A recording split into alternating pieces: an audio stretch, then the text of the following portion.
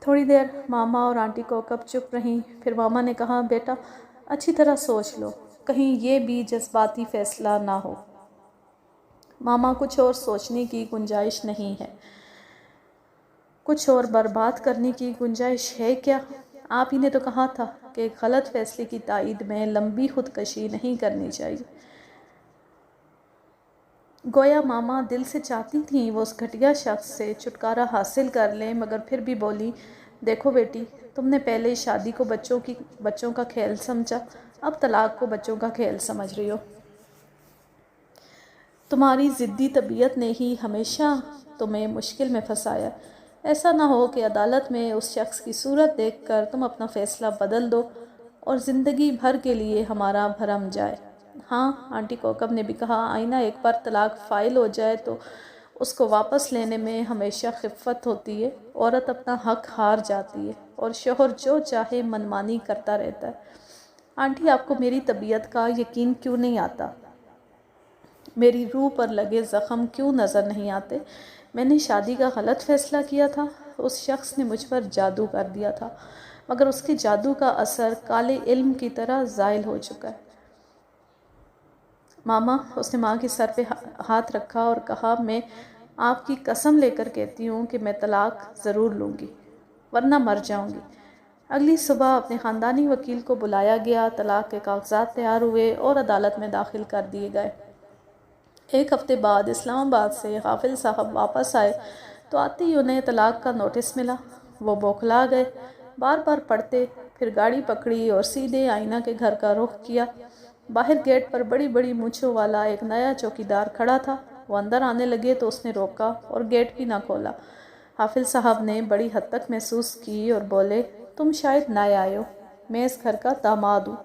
چوکیدار بولا، مجھے نہیں پتا آپ کون ہیں، جب تک اندر سے حکم نہ آئے گا کوئی بندہ اندر نہیں جا سکتا۔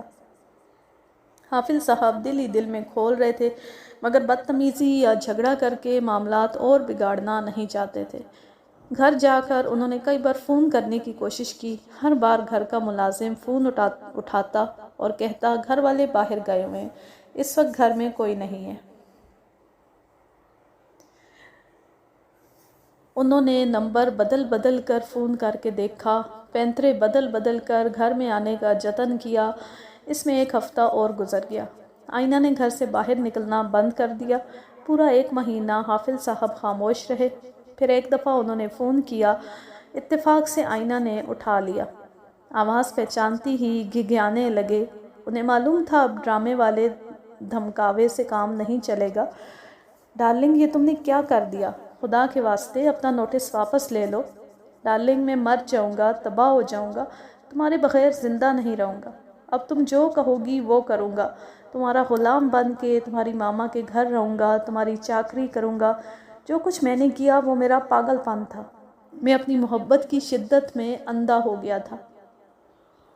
مجھے پتہ چل گیا ہے کہ میں تمہارے قابل نہیں ہوں۔ تمہیں ہمیشہ اپنے قریب رکھنے کے لیے غلط ہتھ کنڈے استعمال کیے۔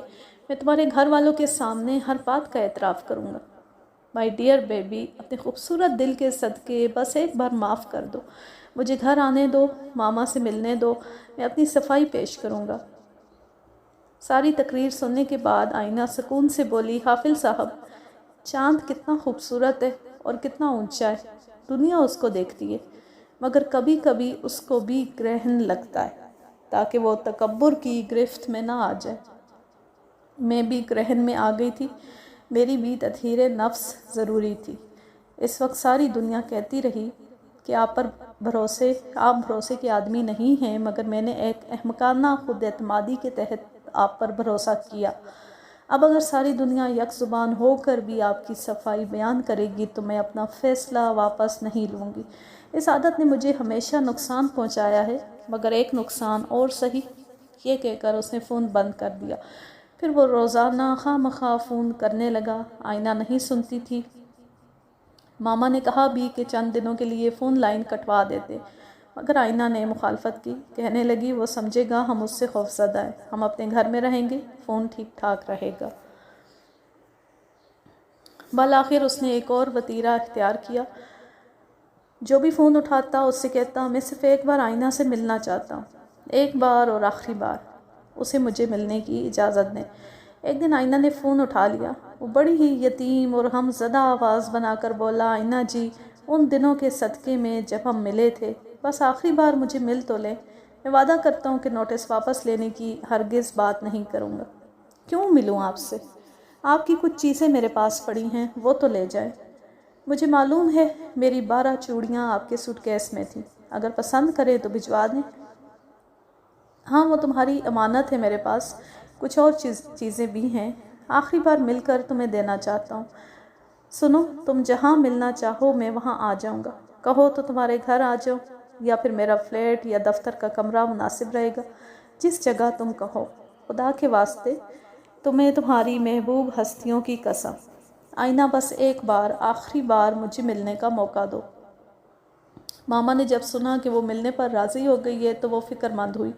انہوں نے وکیل کو بلوا بھیجا۔ وکیل صاحب نے بھی اس ملاقات کو بے معنی اور بے مقصد کہا، مگر آئینہ کے دل میں شاید کوئی غبار تھا جسے نکالنا چاہتی تھی۔ گھر میں کسی کو اس کی بات سے اتفاق نہیں تھا، مگر وہ بہادر بن کے ملاقات پر تل گئی۔ اس نے طے کیا کہ وہ اپنی مرضی کے ہوٹل میں ملاقات کرے گی، کمرہ بھی وہ خود بک کرائے گی اور ملاقات صرف 10 منٹ کے لیے ہوگی۔ وکیل صاحب نے کہا، میں درپردہ ساتھ جاؤں گا۔ آئینہ نے اپنی سہیلی سائرہ کو بلوا لیا۔ سائرہ امریکہ میں اس کے ساتھ رہی تھی اور اب لاہور میں ایک بیوٹی پارلر چلا رہی تھی۔ آئینہ نے ایک 5 اسٹار ہوٹل کا کمرہ نمبر 450 بک کیا اور اپنی سہیلی سائرہ کو کمرہ نمبر 455 میں بٹھایا۔ اسے سمجھایا کہ وہ کمرے کا دروازہ کھلا رکھے۔ جو ہی کمرہ نمبر 450 میں سے کوئی آواز یا چیخ سنے، دوڑ کر آ جائے، اور وکیل صاحب سے کہا کہ وہ نیچے لابی میں بیٹھے رہیں۔ ڈرائیور سے کہا کہ وہ کار پارک کر کے خود مین گیٹ پر ہدایات کا انتظار کرے۔ آئینہ نے حافظ صاحب سے صاف کہہ دیا تھا کہ وہ طلاق کا نوٹس واپس لینے کی کوشش نہیں کریں گے، بس اس کی چیزیں واپس کریں گے۔ ملاقات صرف 10 منٹ تک رہے گی اور ملاقات کے دوران کمرے کا دروازہ کھلا رہے گا۔ ماما اس سارے بندوبست کو لایعنی سمجھتی تھی۔ ان کا خیال تھا کہ آئینہ پھر کسی نئی مصیبت میں پھنس جائے گی۔ وکیل صاحب کہتے تھے، آئینہ کے لاشعور میں کوئی کانٹا پھنس گیا ہے، وہ اپنے آپ کو سیٹسفائی کرنے کے لیے یہ اقدام کر رہی ہے، اس کو اجازت دے دی جائے۔ سو ملاقات کے روز سب اپنے اپنے مورچوں میں بیٹھ گئے۔ آئینہ نے اپنے لمبے بال چٹیا میں باندھے ہوئے تھے، ایک کھلا دوپٹہ چاروں طرف سے لپیٹ کے وہ کمرہ نمبر 450 میں داخل ہوئی۔ حافظ صاحب کھڑے ہو گئے، پھر جپٹ کر اس کے قدموں میں گر پڑے، اسے بیٹھنے کا موقع ہی نہیں دیا، اپنا ماتھا اس کے قدموں میں رگڑنے لگے اور گڑ گڑا کر معافیاں مانگنے لگے۔ اللہ کے واسطے مجھے معاف کر دو، میں کتا ہوں، گناہ گار ہوں، خطا کار ہوں، محبت میں اندھا ہو گیا تھا، تعصب میں فاتر العقل ہو گیا تھا، میں نے تم پر بڑے ظلم کیے، بڑے رقیق الزام لگائے، میں گٹر کا کیڑا بن گیا تھا، بس اس دفعہ مجھے معاف کر دو، 100 جوتے مار لو۔ اتنی زور سے انہوں نے اس کی پنڈلیاں پکڑ رکھی تھیں کہ وہ جنبش بھی نہ کر سکتی تھی۔ انہوں نے آئینہ کے پاؤں سے ایک جوتا کھینچ لیا، وہ گرتے گرتے بچی، پھر دوزانو ہو کر جوتا اس کی طرف بڑھایا، یہی جوتا میرا علاج ہے۔ آئینہ نے اپنا جوتا پکڑ کے پاؤں میں ڈال لیا، ان کا چہرہ آنسوؤں سے بھرا ہوا تھا۔ وہ بڑے سکون سے بولی، میں نے آپ کو منع کیا تھا کہ کوئی ڈرامہ نہ کیجیے گا، میں اس لیے آ گئی ہوں کہ آپ کو بتا سکوں مجھ پر آپ کی اداکاری کوئی اثر نہیں کر سکتی۔ میں مستان کی نفرت میں اتنی آگے چلی گئی تھی کہ آپ کی اصلیت کو شناخت نہ کر سکی، وہ ایک بھیانک خواب تھا، میں تو بھول گئی تھی، آپ بھی صبر کیجیے۔ اس معاشرے میں بے وقوف لڑکیوں کی کمی نہیں ہے، آپ اپنا کھیل کسی اور کے ساتھ جاری رکھیے، میں تنے تنہا آپ سے ملنے آ گئی ہوں۔ میری اس جرت سے آپ اندازہ کر لیجئے کہ مجھے آپ سے کوئی خوف نہیں ہے، آپ کا ایک ایکٹ پلے ہو چکا، مزید وقت ضائع کیے بغیر میری چیزیں مجھے دے دیجئے۔ حافظ صاحب کھڑے ہو گئے، ان کے چہرے کا رنگ بدل گیا، بلکہ پورے چہرے کا تاثر بدل گیا، آنکھوں میں ایک عجیب سی لہر آئی جسے آئینہ نے خطرے کی گھنٹی کی طرح محسوس کیا۔ انہوں نے پاس پڑی میز کی الماری کھولی، آئینہ نے سمجھا اس کی چیزیں نکال رہے ہیں، مگر انہوں نے تو ایک شیشی نکالی اور اپنے خبیث لب و لہجے میں بولے، میں تمہاری اس جرت رندانہ کی داد ضرور دوں گا، تاکہ آئندہ تم کسی کو یہ صورت دکھانے کے قابل نہ ہو سکو۔ جب یہ تیزاب کی بوتل تمہارے چہرے پر انڈیل دوں گا تو تم زندگی بھر کسی اور کی ہونے کے قابل نہ رہو گی۔ بوتل کھولنے سے پیشتر آئینہ تیزی سے مڑی تاکہ بھاگ جائے۔ انہوں نے اس کی چوٹی ہاتھ پہ پکڑ لی۔ آئینہ نے بڑھ کر بستر کا تکیہ نکالا اور منہ پر رکھ کر دونوں ہاتھوں سے اسے مضبوطی سے پکڑ لیا۔ اب وہ چیخ کر سائرہ کو آواز نہ دے سکتی تھی، حالانکہ اس نے سائرہ سے کہہ دیا تھا کہ وہ 10 منٹ بعد کمرے کے باہر آوازیں سننے ضرور آئے۔ آئینہ کی چوٹی ان کے ہاتھ میں تھی، منہ پر تکیہ رکھ کر اس کو دبایا ہوا تھا۔ بھاگ نہ سکتی تھی، چیخ نہ سکتی تھی۔ اپنی دوسری حماقت پر پچھتا رہی تھی کہ انہوں نے کہا پہلے میں تمہارے بالوں کا مسئلہ حل کر دوں جن پر تمہیں ناز ہے۔ انہوں نے جیب میں ہاتھ ڈال کے ایک کینچی نکالی۔ کینچی اور تیزاب کی شیشی وہ ساتھ لائے تھے۔ ایک ہاتھ سے چٹیا کو مضبوطی سے پکڑ کے دوسرے ہاتھ سے وہ جڑ کے قریب سے چٹیا کو کاٹنے لگے۔ آئینہ کو محسوس ہو رہا تھا کہ اس کے بال کٹ رہے ہیں، مگر وہ منہ سے تکیہ نہیں ہٹا سکتی تھی۔ بس اس نے اندازہ کیا جو ہی ان کے ہاتھ کی گرفت ذرا ڈھیلی ہوئی اور چٹیا کٹ کر نیچے گری، وہ بجلی کی طرح باہر کو دوڑی۔ کمرہ نمبر 455 کا دروازہ کھلا تھا۔ اندر گھس گئی۔ اندر سے دروازہ بند ہو گیا۔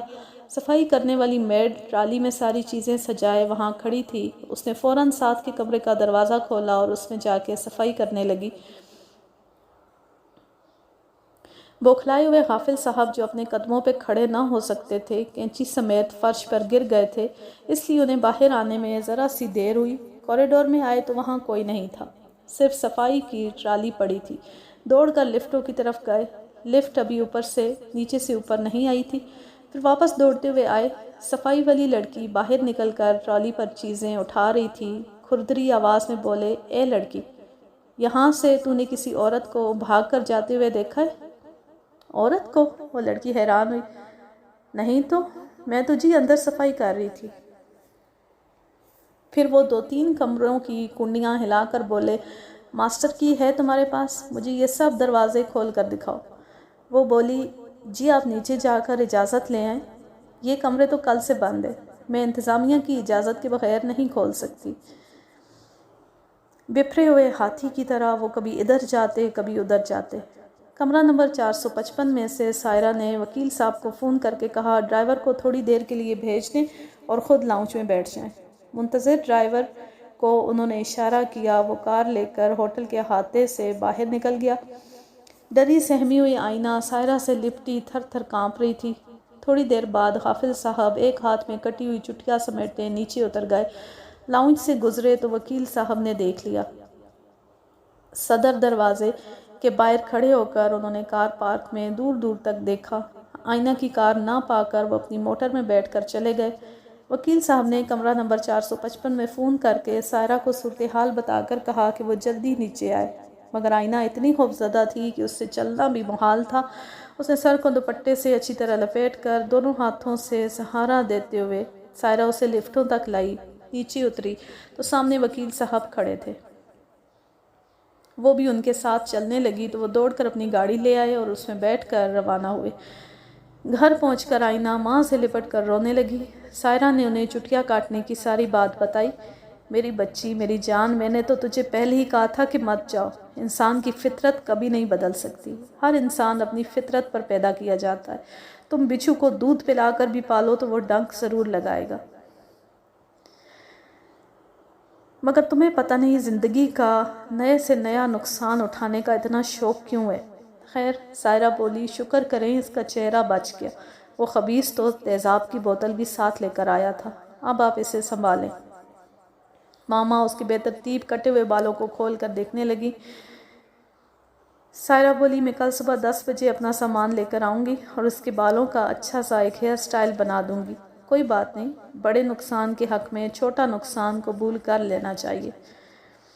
دوسرے دن سائرہ نے آئینہ کے بالوں کا ایک اچھا سا سٹائل بنا دیا، بالکل پوائے کٹ کر دیا۔ ایسے کٹ سے اسے نفرت تھی، مگر کیا کرتی، اس کمبخت نے اونچے نیچے بال کاٹ دیے تھے۔ آئینہ اپنی صورت شیشے میں دیکھ کر رو پڑی۔ بڑی عجیب اور اجنبی لگ رہی تھی۔ اسے روتا دیکھ کر ماما نے کہا، آئینہ سمجھو یہ تمہاری آخری ضد کا نتیجہ ہے۔ تم نے سمجھا تھا وہ دوستانہ طریقے پر تمہیں نجات دے دے گا۔ اس ضد پر تم نے اپنی پوری شخصیت داؤ پر لگائی ہے۔ اب مجھے رو رو کے نہ دکھاؤ، میں پہلے بہت دکھی ہو رہی ہوں، کیونکہ صبح سے کئی مرتبہ وہ کم بخت ٹیلی فون پر دھمکیاں دے چکا ہے۔ کیا کہتا ہے؟ آئینہ نے سہمے ہوئے لہجے میں پوچھا۔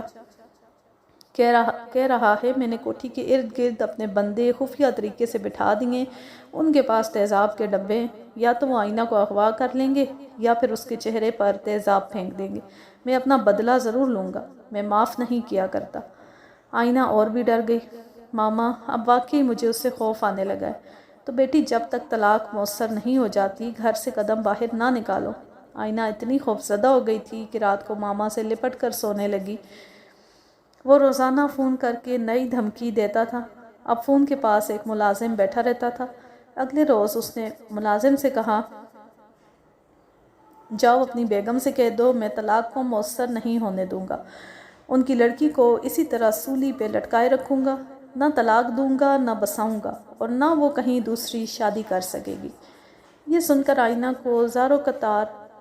زاروں قطار رونے لگی۔ ماما، مجھے اس آدمی سے بچا لو۔ رو نہیں، ماما نے تسلی دی، میری بات غور سے سنو۔ جس دن نکاح تھا اس دن نکاح نامے کی خانہ پوری کے لیے ہمارے وکیل صاحب ان کی مدد کر رہے تھے۔ گواہ کے طور پر اس نے اپنے 2 دوست پیش کیے تھے۔ ہماری طرف سے کوکب کے میاں اور ہمارے وکیل صاحب گواہ تھے۔ نکاح نامے میں ایک شک ہوتی ہے جس میں لکھا ہوتا ہے خلا کا حق لڑکی کے پاس رہے گا یا طلاق کا حق لڑکے کو دیا جائے گا۔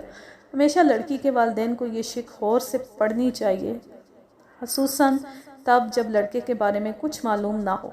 پہلے تو وکیل صاحب نے 1 لاکھ روپیہ حق مہر لکھوایا۔ بڑے غرور سے کہنے لگا، جو آپ کا دل چاہے لکھ دیں، 10 لاکھ لکھ دیں، مگر میں نے صرف 1 لاکھ لکھوایا، 50,000 معجل اور 50,000 غیر معجل۔ جب خلا والی شک زیر غور آئی تو کہنے لگا، یہ بھی اپنی مرضی سے لکھ دیں، کیونکہ وہ تو اپنی دانست میں لڑکی کو پھنسا چکا تھا، مگر مجھے اس کا چلن کچھ ٹھیک نہیں لگ رہا تھا، اس لیے میں نے خلا کا حق بیوی کے لیے محفوظ کروا لیا۔ اسی کے تحت ہم نے طلاق کے کاغذات جمع کروائے ہیں۔ اب وہ کچھ نہیں کر سکے گا کیونکہ نکاح نامے پر اس کے دستخط بھی ہیں۔ ماما، او پیاری ماما، آئینہ روتے ہوئے اپنی ماں سے لپٹ گئی اور روتے ہوئے بولی، ماما، مجھے ٹی وی میں کام کرنے سے نفرت ہو گئی ہے، مگر میرا دل چاہتا ہے میں صرف ایک بار ٹی وی سکرین پر جاؤں اور چیخ چیخ کے ساری دنیا کی لڑکیوں کو بتاؤں کہ دنیا میں ایک ہی رشتہ سچا ہے، وہ ماں کا رشتہ ہے۔ ماں عافیت ہے، ماں سایہ ہے، ماں دعا ہے، ماں وفا ہے۔ ماں کے دل کی آہ اللہ بڑی جلدی سنتا ہے۔ اچھا، اب زیادہ جذباتی نہ بنو، ماما نے کہا، آج سونے سے پہلے ذہنی سکون کی گولی ضرور کھا لینا۔ وہ دونوں ماں بیٹی گہری نیند سوئی ہوئی تھیں جب مسلسل فون کی گھنٹی بج رہی تھی، بجتی چلی گئی۔ آئینہ نے کھینچ کر اپنے آپ کو نیند کی پالکی سے نکالا اور ریسیور کان سے لگایا۔ ہیلو، کون؟ توشا آپی؟ اچھا، خیریت؟ میں ٹھیک ہوں۔ کیا؟ جب اس نے منہ پھاڑ کر کئی بار کیا کہا تو ماما اور بھی قریب آ گئی۔ اف توشا آپی، یہ آپ کیا کہہ رہی ہیں؟ آئینہ رونے لگی۔ اتنی دیر بعد مجھے بتایا؟ اب تو میری زندگی برباد ہو چکی۔ اف میرے خدا، یہ ظلم باقی تھا۔ ماما نے اس کے ہاتھ سے فون پکڑ لیا اور بولی، توشا بیٹی، میں آئینہ کی ماما بول رہی ہوں، مجھے بتاؤ بات کیا ہے۔ جب انہوں نے ساری بات سن لی تو ان کا لہجہ بھی ٹوٹ گیا۔ بیٹی، کاش ان باتوں کا پہلے پتہ چل جاتا۔ آئینہ تو بالکل تباہ ہو گئی۔ کیا بتاؤں، کب آئیں گے؟ ابھی تو تمہارا فون ملا ہے، صبح اٹھ کے فیصلہ کریں گے۔ کیا مستان جا چکا ہے؟ اچھا، فوراً آ جائیں، کوشش کرتے ہیں۔ بیٹی، ہمارے پاس تو امریکن پاسپورٹ ہیں، بس صرف سیٹ بک کرنا ہوگی، بک ہوتی تو میں اطلاع کر دوں گی۔ ہاں، مجھے حالات کی سنگینی کا احساس ہے، اور سچی بات تو یہ ہے میں نہیں چاہتی ان حالات میں آئینہ پاکستان میں رہے۔ ہاں، میں سمجھ گئی، بس صبح ہی تیاری کر لیں گے، تم فکر نہ کرو۔ یہ بتاؤ تمہاری طبیعت کیسی ہے؟ تمہاری بہن کیسی ہے؟ مستان کو میرا سلام کہنا۔ بیٹی، ملیں گے تو ساری غلط فہمیاں دور ہوں گی۔ بس نہ پوچھو جو میرے ساتھ ہو رہا ہے، بالکل فلموں کی کہانی لگتی ہے۔ اچھا بیٹی، ٹھیک ہے انشاءاللہ۔ یہ کہہ کر ماما نے ٹیلی فون بند کر دیا۔ اس وقت رات کے 3 بجے تھے۔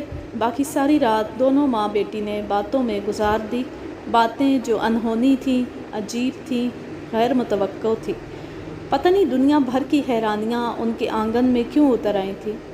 اب پریشانی تھی تو بس ایک تھی کہ طلاق کا مقدمہ عدالت میں تھا۔ اگلی صبح ماما نے وکیل صاحب کو بلا بھیجا۔ وہ آئے تو سارا معاملہ ان کے آگے رکھ کے مشورہ مانگا۔ وکیل صاحب بولے، میرے خیال میں آئینہ کے حق میں یہی بہتر ہے کہ آپ اسے فوراً امریکہ لے جائیں۔ وہ خبیث طرح طرح کی دھمکیاں دے کر آپ کا سکون غارت کر رہا ہے۔ گو کہ دھمکیوں کا مقدمے پر اثر نہیں ہوگا، مگر وہ کوئی انتہائی قدم بھی اٹھا سکتا ہے۔ ہاں ماما نے بتایا، کل تو وہ باقاعدہ فون پر کہہ رہا تھا، جہاں کہیں آئینہ نظر آئی میں شوٹ کر دوں گا، میں پھانسی سے نہیں ڈرتا۔ وکیل صاحب بولے، 1 ماہ تو گزر گیا ہے، اصولاً اسے عدالت میں پیش ہونا تھا، نہ وہ آیا نہ اس کا وکیل آیا، اس کا مطلب ہے وہ جھوٹا ہے اور عدالت کا سامنا نہیں کر سکتا۔ میرا خیال ہے باقی 2 پیشیوں پر بھی وہ حاضر نہیں ہوگا۔ اب آپ اس طرح کریں کہ ڈاکٹر صاحب سے ایک سرٹیفکیٹ بنوا لیں کہ آئینہ کے شوہر نے اس پر تشدد کیا تھا، سر میں چوٹ آئی تھی اور مزید چیک اپ اور علاج کے لیے اسے امریکہ بھیجا جا رہا ہے۔ میں صبح ایک اسٹیمپ پیپر لے آؤں گا جس پر آئینہ کا ایک حلفیہ بیان لکھوا لیں گے کہ وہ ان وجوہات کی بنا پر طلاق لینا چاہتی ہے۔ نیچے اس کے دستخط ہوں گے اور ساتھ میں میڈیکل سرٹیفکیٹ لگا دیں گے۔ اس کے علاوہ میں ایک حلفیہ بیان اپنے ٹیپ ریکارڈر پر آئینہ کی آواز میں ٹیپ کر لوں گا۔ اگلی صبح پیشی پر میں تحریری بیان داخل کر دوں گا اور تیسری پیشی پر اگر جج صاحب نے کہا کہ سائلہ کو پیش کرو تو میں اس کی آواز میں ریکارڈ کیا ہوا بیان پیش کر دوں گا۔ اگر کوئی اڑچن ہوئی تو میں جج صاحب کی فون پر آئینہ سے بات کروا دوں گا۔ جیتے رہو بھائی، ماما نے کہا، اس وقت آپ ہی خضر کی صورت رہنمائی کر رہے ہیں، تو اب ہمارے امریکہ جانے کا بندوبست بھی آپ کریں، بلکہ آپ ہی سوار کرائیں۔ وکیل صاحب وعدہ کر کے چلے گئے۔ دوسرے روز وہ بیانات قلم بند کروانے آئے تو بولے، مسز ناصر، قدرت آپ کا ساتھ دے رہی ہے۔ کل سارا دن میں ایک ایئر لائن کے دفتر گیا، فوری سیٹ کہیں نہیں تھی، البتہ ایک غیر ملکی ایئر لائن کے دفتر میں بیٹھا تھا کہ کسی نے اپنی 2 سیٹیں ملتوی کروائیں۔ میں نے فوراً آپ دونوں کا نام لکھوا دیا۔ اس ایئر لائن کا روٹ ذرا لمبا ہے مگر جائے گی نیو یارک کی۔ ماما نے بے حد خوش ہو کر آئینہ کا چہرہ دیکھا۔ وکیل صاحب بولے، مگر یہ کل رات کے 12 بجے لاہور سے نکلے گی کراچی کو اور پھر وہاں سے آگے چلی جائے گی۔ کوئی بات نہیں، میں تیاری کر لوں گی۔ ہمیں بہت سارا سامان لے کے جانا ہے، آئینہ نے جلدی سے کہا۔ وکیل صاحب اپنا کام کر کے چلے گئے۔ دوسری رات وہ 11 بجے آ گئے۔ آئینہ اور ماما طے شدہ پروگرام کے تحت آنٹی کوکب کے گھر چلی گئی تھیں۔ اسی سڑک پر 3 کوٹھیاں چھوڑ کے ان کا مکان تھا۔ وہیں سے وہ وکیل صاحب کی کار میں بیٹھ کے روانہ ہوئے اور ایئرپورٹ پہنچ کر جہاز میں سوار ہو گئے۔ آئینہ کی کار اس کے پورچ میں کھڑی رہی تاکہ کسی کو خیال ہی نہ گزرے کہ وہ گھر میں نہیں ہیں۔ دوسرے دن 11 بجے کے قریب جب آنٹی کوکب برآمدے میں بیٹھی گھر کی صفائی کروا رہی تھی تو غافل صاحب دھن دھناتے ہوئے اندر آ گئے۔ ہوا یوں کہ 24 گھنٹے پہرے دینے والا چوکیدار صبح بے پرواہ ہو گیا تھا، گیٹ کو تالا بھی نہیں لگایا تھا۔ ذرا کی ذرا حقے کی چلم بھرنے وہ گیا تھا۔ حافظ صاحب جو کار لے کر روزانہ اس گلی کا چکر لگاتے تھے، گیٹ کھلا دیکھ کر ادھر آ گئے۔ گیٹ پورا کھلوایا بھی نہیں بلکہ موٹر کی ٹکر سے دروازہ کھول لیا۔ ماما آنٹی کوکب سے کہہ گئی تھی، صبح جا کر گھر کی صفائی کروا کے تمام کمرے مکفل کر دیں اور پھر دن میں 1 دفعہ چکر لگا لیا کریں۔ آنٹی کوکب نے سارے کمرے مکفل کر دیے تھے، بس کچن رہ گیا تھا جسے وہ صاف کروا رہی تھی۔ حافظ صاحب کو دیکھ کر حیران ہوئی اور دل میں شکر بھی کیا کہ وہ لوگ تو کراچی کی حدود سے بھی نکل گئے ہوں گے۔ حافظ صاحب آنٹی کوکب کے سامنے آ کر کھڑے ہو گئے اور بدتمیزی سے بولے، نکالو میری بیوی کو باہر۔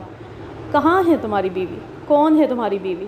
آنٹی کوکب نے تیوری چڑھا کر کہا، اخلاق سے اتنے گزر گئے ہو کہ بغیر اجازت کے اندر آ گئے ہو۔ آپ لوگ اس قابل نہیں کہ آپ کے ساتھ اخلاق برتا جائے۔ میں ایک ایک کو شوٹ کر دوں گا۔ پھر بغیر جواب کا انتظار کیے وہ چابی گھماتے ہوئے اندر گھس گئے۔ ہر کمرے کا کنڈا ہلا کر دیکھا، سب کمرے مقفل تھے۔ ایک ایک جگہ جھانک کر دیکھا، پھر باہر آ کر بولے، کہاں چھپایا میری بیوی کو، بزدلوں کی طرح۔ آنٹی کوکب پہلے تو چپ بیٹھی رہی، پھر بولی، اس گھر میں تو وہ نہیں ہے، اگر ڈھونڈ سکتے ہو تو جاؤ ڈھونڈ لو۔ اور گرج کر بولے، وہ حرام زادی اگر پاتال میں بھی ہوئی تو میں اسے تلاش کر لوں گا۔ ضرور کر لو، میری طرف سے اجازت ہے، اسے محض دھمکی نہ سمجھے، میں اس گھر کی اینٹ سے اینٹ بجا دوں گا، آگ لگا دوں گا۔ اتنے میں چوکیدار دوڑا آیا، چلو بھائی چلو، چلو باہر۔ کیسے اندر آ گئے تم؟ چل بے بھاڑے کے ٹٹو، حافظ صاحب نے اسے دھکا دیا، آیا بڑا نکالنے والا۔ میں پھر آؤں گا، آتا رہوں گا، آپ کو چین سے نہیں رہنے دوں گا۔ یہ کہہ کر موٹر میں بیٹھے اور موٹر سٹارٹ کر دی۔ اور اب اس کے بعد اس ناول کا لاسٹ فیز شروع ہوتا ہے۔ مڑ کر بھی آنا چاہوں، مڑ کر بھی آ نہ پاؤں، دامن بچانا چاہوں، دامن چھڑا نہ پاؤں، کس موڑ پر ملے ہو۔ شب کے پچھلے پہر طیارے نے کراچی ایئرپورٹ سے ٹیک آف کیا تو کئی گھنٹوں سے گمسم ماما اور آئینہ کی جان میں جان آئی۔ رات 10 بجے وہ سروں پر چادریں اوڑھے آنٹی کوکب کے گھر سے روانہ ہوئی تھیں، اور دونوں کو ہی دل میں ڈر تھا کہ کہیں وہ خبیث پیچھا کرتا ہوا ٹکر نہ جائے۔ دونوں ہی سہمی ہوئی تھیں، دونوں ہی چپ تھیں، ایک دوسرے سے بات بھی نہیں کر رہی تھیں۔ حالانکہ وکیل صاحب نے ان کی تسلی کرا دی تھی، انہوں نے اندر تک جانے کا ایک خصوصی پاس بھی بنوا لیا تھا، پھر بھی وہ دونوں بہت ڈری ہوئی تھیں۔ ٹھیک 12 بجے لاہور سے طیارہ روانہ ہوا۔ آدھے گھنٹے کے لیے اس نے کراچی میں رکنا تھا۔ وہ دونوں اپنے سروں سے چادریں نہیں اتار رہی تھیں، یوں لگتا جیسے وہ ان کا پیچھا کرتا ہوا کہیں سے طیارے میں نہ آ گیا ہو۔ دونوں اپنی سیٹوں پہ دم سادے بیٹھی رہیں، تا وقت یہ کہ طیارے کی بتیاں جل اٹھیں اور بیلٹس کھول دینے کے اشارے ملنے لگے۔ آئینہ نے اپنی اور ماما کی چادر طے کر کے بیگ میں رکھ دی، پھر بولی، ماما آپ تھک گئی ہوں گی، جوتا اتار کے پاؤں میری گود میں رکھ لیں، میں آپ کے پاؤں دبا دوں۔ ماما نے اپنا تھکا تھکا سر اوپر اٹھایا اور نحیف آواز میں بولی، آئینہ بیٹی، تمہارے باپ کے مرنے کے بعد اب تک میں نے بڑی بہادری کے ساتھ زندگی گزاری ہے، کسی مسئلے نے مجھے پریشان نہیں کیا، بس ایک تمہاری شادی کی فکر مجھے ستایا کرتی تھی، مگر بیٹی، غافل جیسے بیہودہ انسان سے شادی کر کے تم نے مجھے اتنا ہراساں اور پریشان رکھا ہے، لگتا ہے میں صدیوں کی مریضہ ہوں، تم نے میری عمر کے 5 سال کم کر دیے ہیں۔ آئینہ نے آگے بڑھ کر ماں کے دونوں پاؤں اٹھائے اور اپنی گود میں رکھ لیے، ان کے سر کے نیچے 2 تکیے رکھ دیے اور ہولے ہولے ان کے پیر دبانے لگی۔ ماما نیم دراز ہو کے لیٹ گئیں۔ ماما، یہ میری بد نصیبی ہے، شاید یہی نافرمانی کی سزا ہے، لیکن آپ کی دعاؤں نے مجھے بچا لیا۔ بس مجھے ایک دکھ ہے ماما، بی بی جان کی آخری نشانی یہ بال تھے، افسوس وہ بھی نہ رہے۔ وہ تھوڑی دیر دباتی رہی، ماما سو گئیں۔ آہستہ آہستہ سیٹ سے اٹھ کھڑی ہوئی، ان کے پاؤں اپنی سیٹ پر رکھ کے اوپر کمبل ڈال دیا اور خود کھڑی ہو کر ادھر ادھر کوئی خالی سیٹ ڈھونڈنے لگی۔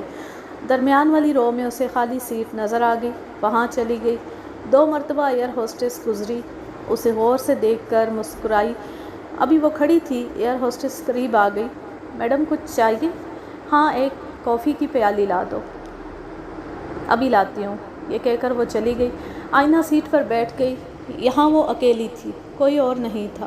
جاگنے والوں کے لیے جہاز کی اسکرین پر فلم لگ چکی تھی۔ ایئر ہوسٹس کافی لے آئی اور بولی، ایسے لگتا ہے آپ کو کہیں دیکھا ہے، بڑا شناسا چہرہ ہے آپ کا۔ آئینہ مسکرانے لگی۔ کیا کرتی ہیں آپ؟ اس نے پوچھا۔ کچھ بھی نہیں، آئینہ نے مسکراتے ہوئے کہا۔ ارے یاد آیا، ٹی وی میں دیکھا تھا آپ کو، ابھی جو سیریل ختم ہوا ہے۔ ارے آپ آئینہ جمال ہیں نا؟ ہاں، آئینہ نے کافی پیتے ہوئے کہا۔ اور آپ کے بال؟ آپ نے تو بوائے کٹ بنایا ہوا ہے، اسی لیے پہچانی نہیں جا رہی۔ کہاں ہیں آپ کے بال؟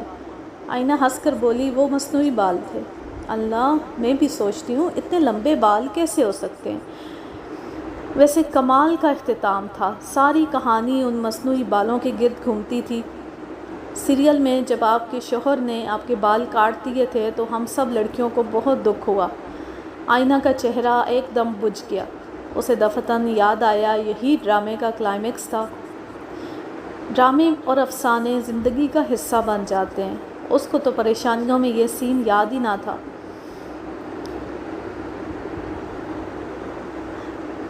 کیا یادگار سین تھا! اگر اس نے اس تجربے کے بعد اب کیا ہوتا تو زیادہ بہتر کر سکتی تھی۔ ایئر ہوسٹس اس کو سوچ میں مگن دیکھ کر چلی گئی۔ کافی ختم کر کے اس نے سیٹ سے ٹیک لگائی۔ فلم دیکھنے کی کوشش کی تو ذہن کی اسکرین پر ایک اور ہی فلم چلنے لگی۔ جمال عبد الناصر فوج میں ایک کرنل تھے۔ ان دنوں ان کی پوسٹنگ گلگت میں تھی۔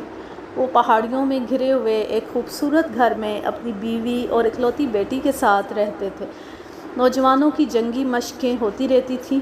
ایک بار اپنے چند جوانوں کے ساتھ وہ جنگی مشق پر روانہ ہوئے۔ پائلٹ راستہ بھول گیا اور ان کا جہاز لاپتہ ہو گیا۔ سرکاری طور پر انہیں بہت تلاش کیا گیا لیکن کوئی سرا نہ ملا۔ مسز مہر النساء جمال تو مانتی ہی نہ تھیں کہ ان کو کوئی حادثہ پیش آ سکتا تھا۔ وہ ہر آئے گئے سے کہتی کہ دیکھ لینا، ایک روز وہ ضرور آ جائیں گے، میرا دل کہتا ہے وہ زندہ ہیں۔ سب عزیز و اقارب آئے، تسلیاں دیں، پرسہ دیا، مگر وہ نہ مانتی تھی۔ وہ یہاں سے جانے کو راضی نہ تھی۔ ان کی ذہنی کیفیت کے پیش نظر انہیں اس گھر میں رہنے کی اجازت دے دی گئی تھی۔ یہاں ان کے پاس جمال صاحب کا ایک وفادار اردلی سردار محمد رہتا تھا۔ سردار محمد کی بیوی تھی، ایک بیٹا بھی تھا۔ وہ لوگ سرونٹ کوارٹرز میں رہتے تھے۔ اردلی سردار محمد نے ایسے میں بیگم صاحب کا ساتھ نہ چھوڑا۔ اس کی بیوہ جسے سب بی بی جان کہتے تھے، ہمہ وقت مسز ناصر کی دلجوئی میں لگی رہتی۔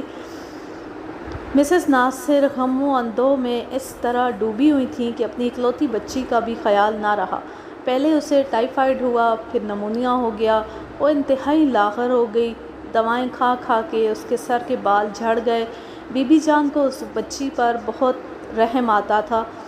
جب بیگم صاحبہ غم سے نڈھال ہوتی تو بی بی جان آئینہ کو اٹھا کر اپنے کوارٹر میں لے جاتی، اس کی مالش کرتی، نہلاتی دھلاتی، کھلاتی پلاتی اور پھر سلا کر بیگم صاحبہ کے پاس لے آتی۔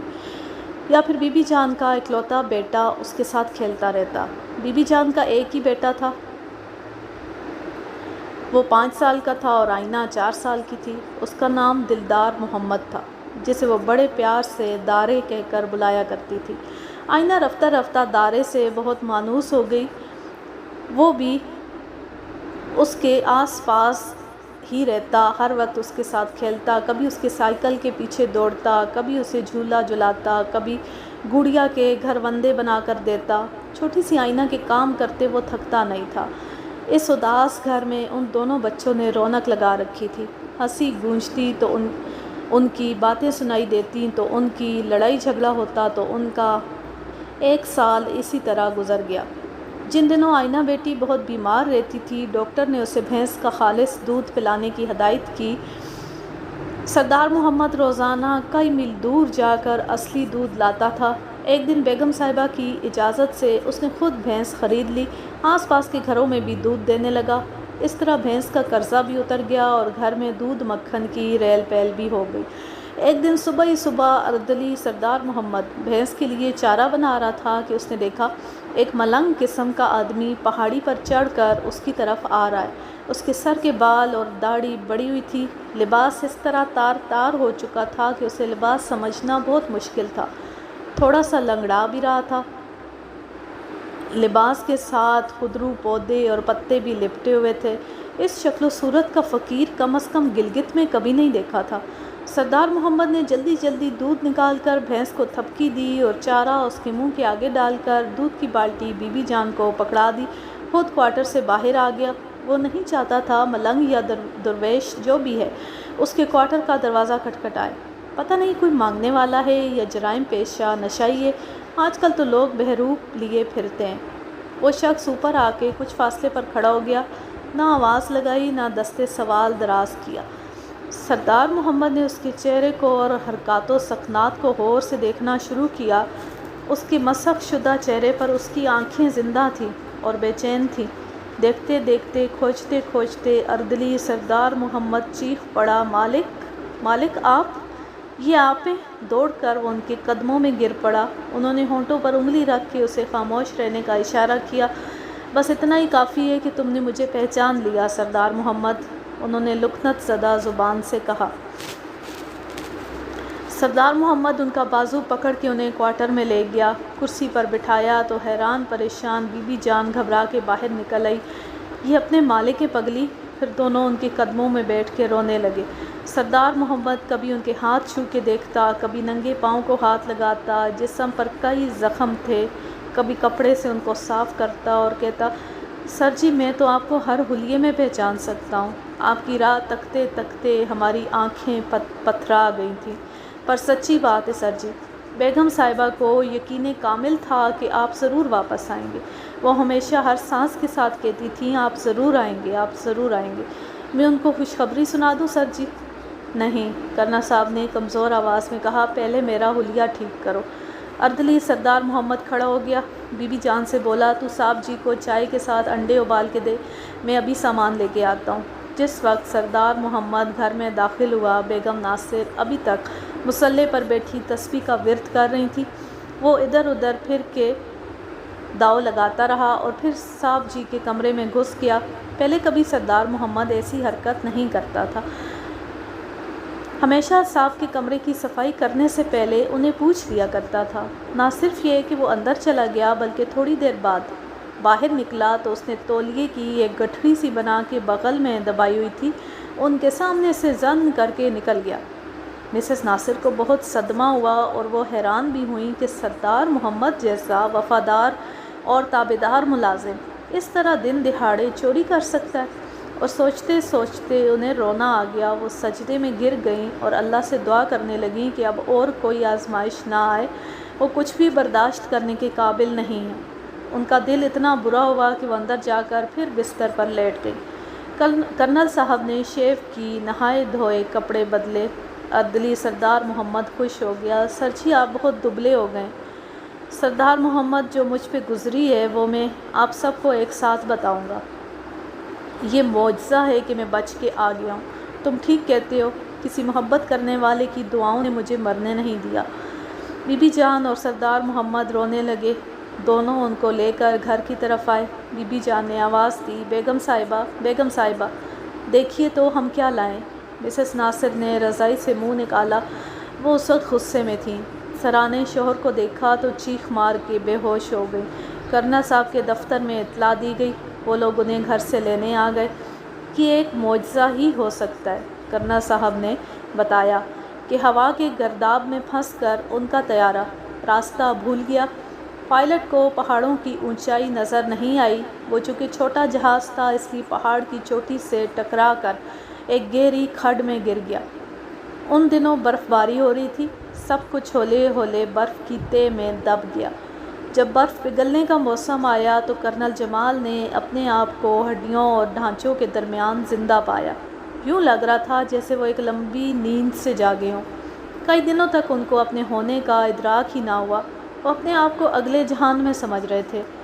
پھر موسم بدلا، پرندے چہچہائے، تیز دھوپ کی روشنی کھڈ میں آئی تو انہیں سب کچھ یاد آنے لگا۔ اسی کھڈ میں سانپ اور حشرات الارض بھی سرسراتے رہتے تھے۔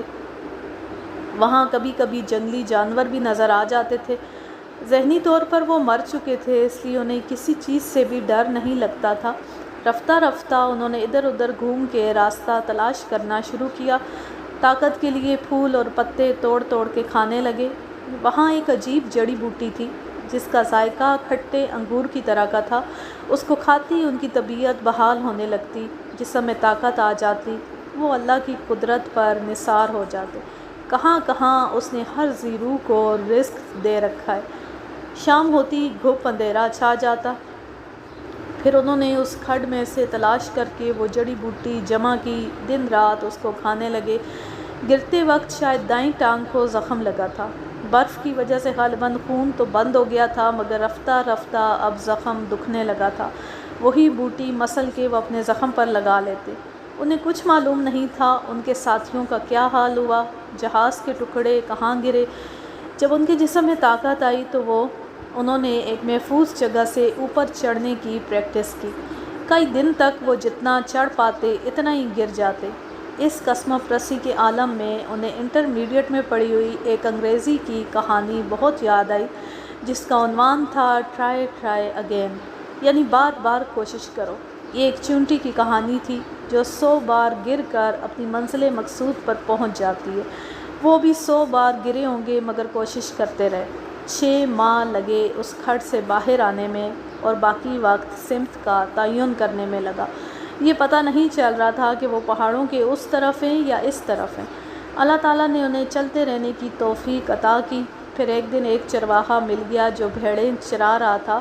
اس سے انہوں نے ساری سمتیں دریافت کی۔ یوں وہ اپنے گھر پہنچ گئے۔ گھر میں گھی کے چراغ جلائے گئے، خیرات اور صدقے دیے گئے۔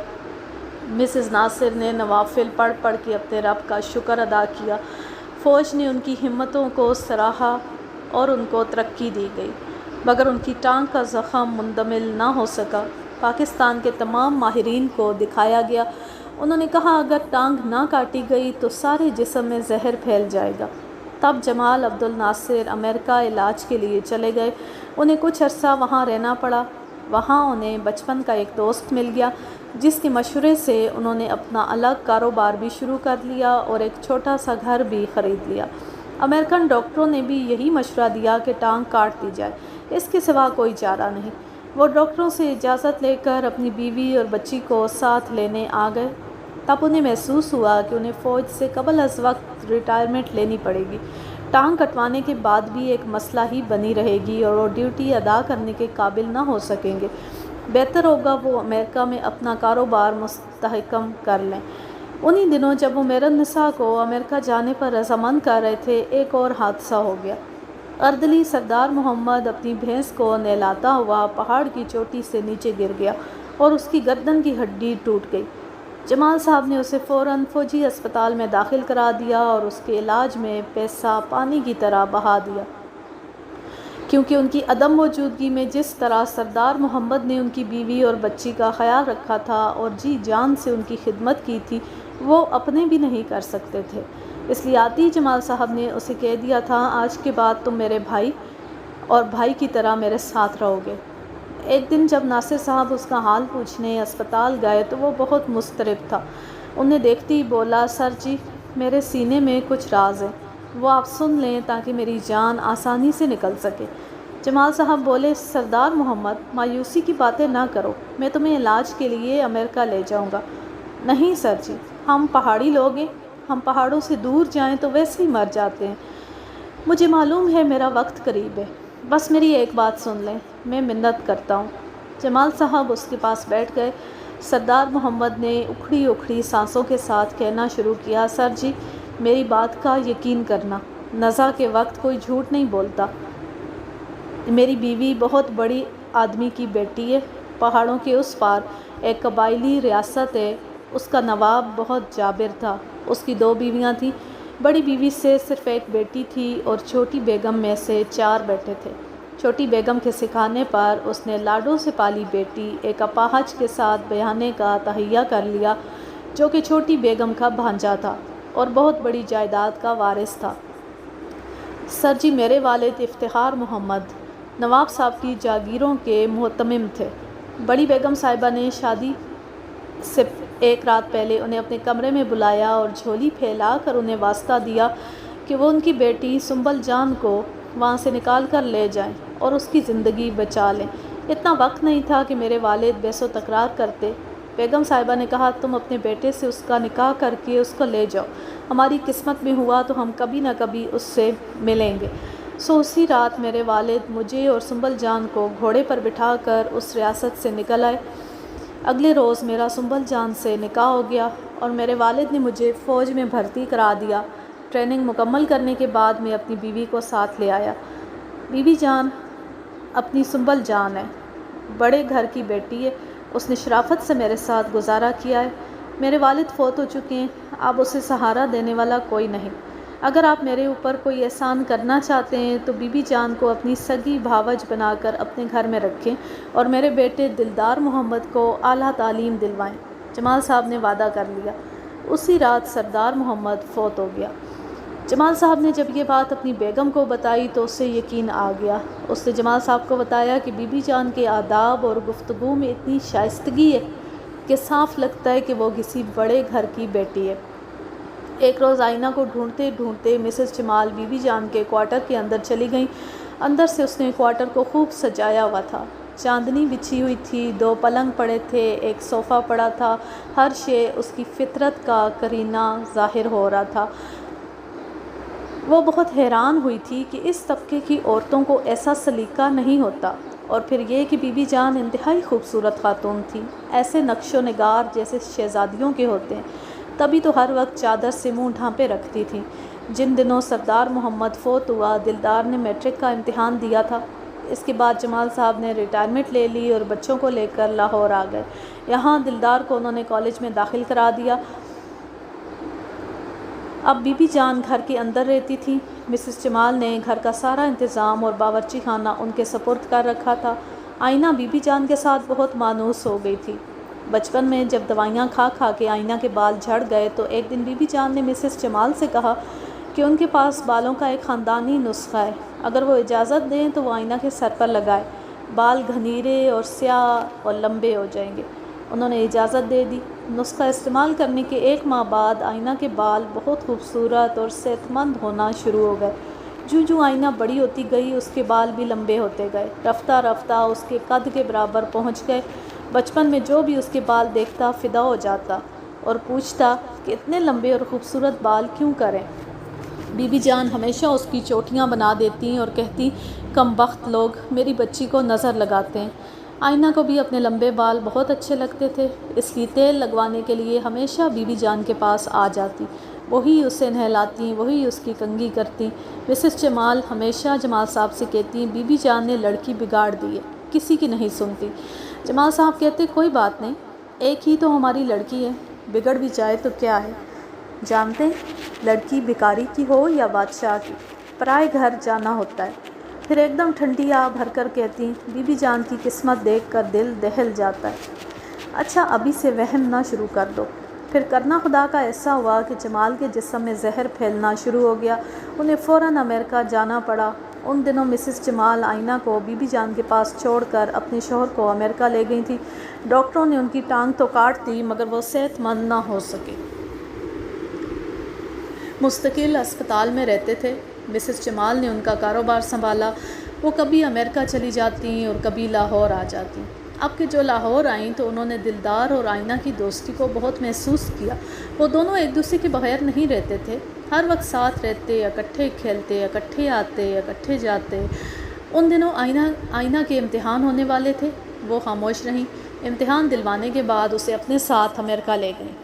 وہاں انہوں نے دیکھا کہ آئینہ روزانہ ایک خط دلدار کو پوسٹ کرتی تھی اور روزانہ دلدار کا ایک خط یا کارڈ اسے ملا کرتا تھا۔ ایک دن مسز جمال نے اپنا تردد جمال صاحب پر ظاہر کر کے کہا بی بی جان اور دلدار کو اپنے ساتھ رکھ کے ہم نے اچھا نہیں کیا، خود اپنی لڑکی کی راہ میں کانٹے بو دیے۔ کیوں مہرو؟ پھر وہ بولے مہرو ایسی باتیں نہ کیا کرو، دلدار کے والد سے میں وعدہ کر چکا ہوں کہ اس کی تعلیم مکمل کراؤں گا اور ہمیشہ اس کی سرپرستی کروں گا، اور بیٹی جو ہاتھ سے نکلی جا رہی ہے وہ آخر بیٹی تو ہم نے بھی بیانی ہے اور اس کی رضا بھی دیکھنی ہے۔ سب جانتے ہیں دلدار اردلی کا بیٹا ہے، مگر تم اور میں تو جانتے ہیں کہ وہ نوابی خاندان سے۔ تم نے اس کی اٹھان نہیں دیکھی، اس کی ماں کی تربیت نہیں دیکھی۔ اردلی ہونا معیوب بات نہیں ہے، اس کا باپ بھی فوج میں ہی ملازم تھا، وہ بڑا افسر نہ تھا۔ اور آج تم بھی ایک بات ذہن میں بٹھا لو، اگر میری بیٹی پسند کرے تو اس کی شادی دلدار سے کر دینا، وہ تمہارا بیٹا بن کر رہے گا، اس کی رگوں میں شاہانہ خون ہے۔ پتہ نہیں جمال صاحب یہی بات کہنے کے لیے زندہ تھے۔ اگلے ہفتے ان کا انتقال ہو گیا۔ مسز جمال بچی کو لے کر پاکستان آ گئیں۔ آئینہ بھی کالج میں داخل ہو گئی۔ بی بی جان نے دلدار کو بہت سختی سے پالا تھا، گو وہ خود زیادہ تعلیم یافتہ نہ تھیں مگر ان کی اپنی تربیت بہت خوبصورت ہاتھوں میں ہوئی تھی۔ شاہی محلات چھوڑے تو پھر اپنی قسمت پر شاکر ہو گئی۔ وہ بیگم صاحبہ کے غم کے پیش نظر آئینہ کو اپنے کوارٹر میں اٹھا لاتی تھی۔ وہ بیماری کے دنوں میں بہت لاغر ہو گئی تھی۔ بی بی جان اسے تازہ مکھن کھلاتیں، دودھ پلاتی، اپنے خاندانی نسخوں سے اس کے بال دھلاتی ان دنوں میں ہی آئینہ بہت صحت مند اور خوبصورت نکل آئی تھی۔ دلدار بھی سارا وقت اس کے ساتھ کھیلتا رہتا، بلکہ دلدار کی وجہ سے ہی وہ ان کے ہاں پیٹ بھر کر کھانا کھا لیتی تھی۔ دلدار سکول سے آتی بنگلے کی طرف جاتا، اگر وہ نہ آتا تو آئینہ خود دارے دارے کرتی ان کے کوارٹر میں آ جاتی۔ ایک دن بیگم صاحبہ نے آئینہ کو کسی بات سے بہت پیٹا۔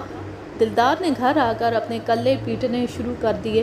بی بی جان حیران ہوئیں، یہ کیا کر رہے ہو؟ کیوں اپنے آپ کو مار رہے ہو؟ آئینہ کو مار پڑ رہی ہے نا، میں نہیں دیکھ سکتا۔ رات کو جب وہ سو گیا تو بی بی جان نے سردار محمد سے کہا، تمہارا بیٹا کیس کا جانشین بننے جا رہا ہے۔ کیوں؟ وہ ہنس کر بولا، میرا بیٹا باپ کی طرح قسمت کا بڑا دھنی ہوگا، اس کی لیلا خود اس کے گھر آ جائے گی۔ مگر ہوا کیا؟ بی بی جان نے صبح والا قصہ دہرا دیا۔ سردار محمد بہت ہنسا، کہنے لگا، بچوں کا پیار بڑا معصوم ہوتا ہے، تو دکھی نہ ہوا کر، بس اس کی زندگی کی دعا کیا کر۔ بولی، مجھے قسمت سے بڑا ڈر لگتا ہے، پہلے میں قسمت کو نہیں مانتی تھی، اب مانتی ہوں۔ دیکھو نیک بخت، اگر قسمت کو مانتی ہو تو اس کو بھی قسمت پر چھوڑ دو۔ میں ایک غریب ماں باپ کے گھر پیدا ہوا، میری قسمت ایک شہزادی کے ساتھ لکھ دی گئی، اس لیے میرے بیٹے کو کچھ نہ کہنا، کبھی کچھ نہ کہنا۔ مگر بی بی جان ماں تھی، ان کا دل ہر وقت دہلتا رہتا تھا۔ اصل میں وہ اپنے بیٹے کو زندگی میں کبھی اداس اور ملول نہ دیکھ سکتی تھی۔ وہ اس گھڑی سے ڈرتی تھیں جب قسمت ان کے بیٹے کی خوشیاں اور مسکراہٹیں چھین لے گی۔ آج کے لیے بس اتنا ہی، اب میں لیتی ہوں آپ سے اجازت۔ جانے خوش رہیں، شاد و آباد رہیں، ہنستے مسکراتے رہیں، اور لاسٹ پارٹ کا انتظار کیجیے۔ میری کوشش تھی کہ ایک ہی پارٹ میں اسے ختم کر دوں، لیکن ابھی یہ کافی سارا رہتا ہے، ایک پارٹ میں نہیں ہو سکے گا۔ اللہ حافظ، اللہ نگہبان۔